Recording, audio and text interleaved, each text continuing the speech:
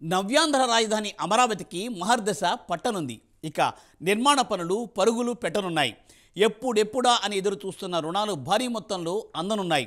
6 ఏళ్ల పాటు విడతల వారీగా నిధుల విడుదలకు ప్రపంచ బ్యాంకు అంగీకారం తెలిపింది. ఈ మేరకు రుణ షెడ్యూల్ను సిఆర్డీఏ కమిషనర్కు ప్రపంచ బ్యాంక్ పంపించింది. వీటికి అనుగుణంగా రాష్ట్ర సర్కార్ ప్రణాళికలు రూపొందించే పనిలో పడిందట. రాజధాని అమరావతి నిర్మాణానికి సంబంధించి టెండర్ నిబంధనలను పరిశీలించి నిర్మాణ పనులను ప్రపంచ బ్యాంక్ పర్యవేక్షించనుంది. దీంతో ఆంధ్రుల రాజధాని కల నెరవేరనుందా? Let us watch the story.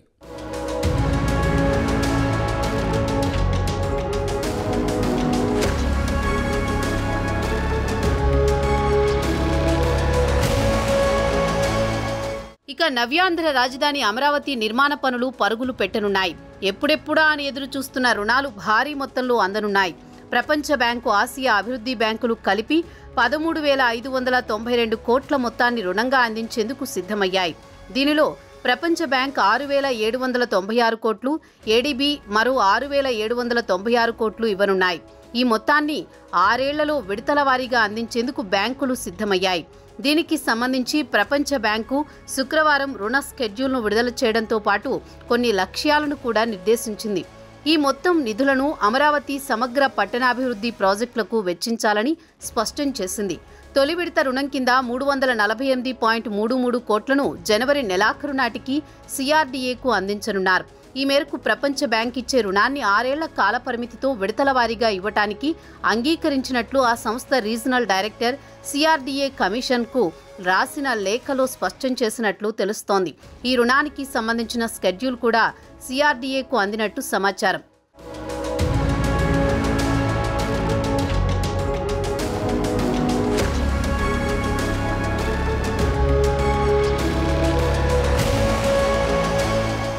మరోవైపు ఆసియా అభివృద్ధి బ్యాంకు కూడా 6,796 కోట్లను ఇంతే కాలపరిమితితో ఇచ్చేందుకు సంసిద్ధతను వ్యక్తం చేసింది.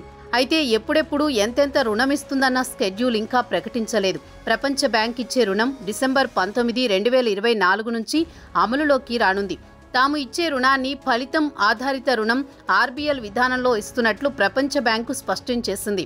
ఈ సందర్భంగా రాజధాని నిర్మాణ పనులకు సంబంధించి ప్రపంచ బ్యాంకు కొన్ని లక్ష్యాలను కూడా పేర్కొంది. ఆ లక్ష్యాలను ఖచ్చితంగా ఏపీ ప్రభుత్వం పాటించాల్సి ఉంటుంది. నిర్దేశించిన ఫలితాలు సాధిస్తేనే తదుపరి రుణ మొత్తాన్ని ఇస్తారు.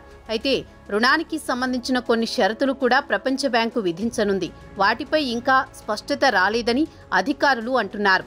ప్రపంచ బ్యాంకు నిర్దేశించిన లక్ష్యాలతో పాటు మరోవైపు రాష్ట్ర ప్రభుత్వం కూడా ఇప్పటికే కొన్ని స్వీయ లక్ష్యాలను నిర్దేశించుకుంది. వీటిని అతి త్వరగా సాధించేందుకు ప్రణాళికలు రూపొందించింది. ఇదిలా ఉంటే అమరావతి నిర్మాణంలో భాగంగా సిఆర్డీఏ త్వరలో పిలవనున్న టెండర్ల ప్రక్రియను ప్రపంచ బ్యాంకు బృందం కూడా పరిశీలించింది. టెండర్ల నిబంధనలను సైతం ఈ బృందం అధ్యయనం చేసింది.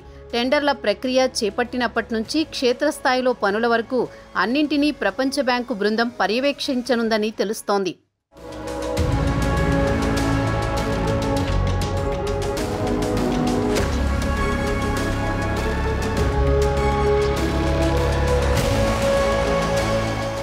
రాజధాని అమరావతి నిర్మాణానికి సంబంధించి Amaravati integrated urban development program పేరుతో రాష్ట్ర ప్రభుత్వం మొత్తంగా అయ్యే ఖర్చును 30,957.67 కోట్లుగా ప్రపంచ బ్యాంకు ఏడీబీలకు నివేదించింది. ఈ మొత్తంలో ఆపరేషనల్ కాస్ట్ కూడా కలిపి ఉంది. ఈ క్రమంలో ప్రపంచ బ్యాంకు కొన్ని లక్ష్యాలను నిర్దేశించినట్లు తెలుస్తోంది. రాష్ట్ర ప్రభుత్వం సమర్థవంతమైన పౌర సేవలు, స్థానిక సుపరిపాలన అందించాలని పేర్కొంది. అదేవిధంగా భూ పర్యవేక్షణతో పాటు ప్రైవేటు పెట్టుబడులకు పెద్దపీట వేయాలని సూచించింది. వీలైనంత మెరుగైన కొత్త ఉద్యోగాలను కల్పించాలని కోరింది. ఇంకోవైపు రాజధానికి అన్ని ప్రాంతాలతో అనుసంధానం చేస్తూ సుస్థిర రవాణా వ్యవస్థలను నెలకొల్పాలని పేర్కొంది. మరోవైపు రాష్ట్ర ప్రభుత్వం కూడా రాజధాని అమరావతికి సంబంధించి కొన్ని నిర్దిష్ట లక్ష్యాలను కలిగి ఉంది. రాజధాని అమరావతిలో 2050 నాటికి 35 లక్షల మంది ప్రజలకు వసతి కల్పించేలా మౌలిక సదుపాయాలు కల్పించాలని లక్ష్యంగా పెట్టుకుంది. రాజధానిలో అన్ని వర్గాల ప్రజలకు భాగస్వామ్యం కలిగించే ఉద్దేశంతో మధ్యతరగతి ప్రజలకు అందుబాటు ధరలో గృహాలు నిర్మించాలని భావిస్తోంది. దేశ విదేశీ ప్రైవేటు పెట్టుబడులను ఆకర్షించడానికి నవీ ముంబై మోడల్ను ఫాలో కావాలని నిర్ణయించింది.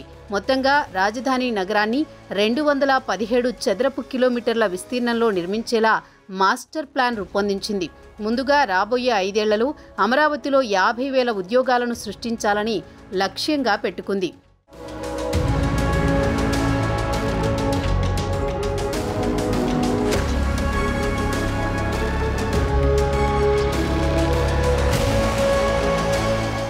ఏతావాత అమరావతి నిర్మాణ పనులు ఇక వేగవంతం కానున్నాయని తెలుస్తోంది.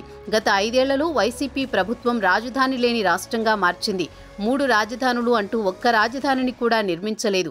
దీంతో ఏపీకి రాజధాని ఏదో చెప్పలేని పరిస్థితి దాపురించింది. పెట్టుబడులు సైతం రాలేదు. అభివృద్ధి కుంటుపడింది. ఉద్యోగ అవకాశాలు లేక యువత వేరే రాష్ట్రాలకు వలస వెళ్లారు. కూటమి ప్రభుత్వం రావడంతో ఇప్పుడు రాష్ట్రానికి పెట్టుబడులు వస్తున్నాయి. రాజధాని పనులు కూడా ప్రారంభం కానుండడంతో ఉద్యోగ అవకాశాలు లభించనున్నాయి. ఏపీకి ఇప్పుడు CM Chandrababu, deputy CM Pawan Kalyan ఇద్దరూ 2 కళ్ళు మాదిరి ఉన్నారు. ఈ ఇరువురి నాయకత్వంలో రాష్ట్రం అభివృద్ధి దిశగా అడుగులు వేస్తుందని రాజకీయ పరిశీలకులు అంటున్నారు. చూడాలి మరి రాబోయే రోజుల్లో అమరావతి రూపురేఖలు ఎలా మారనున్నాయో.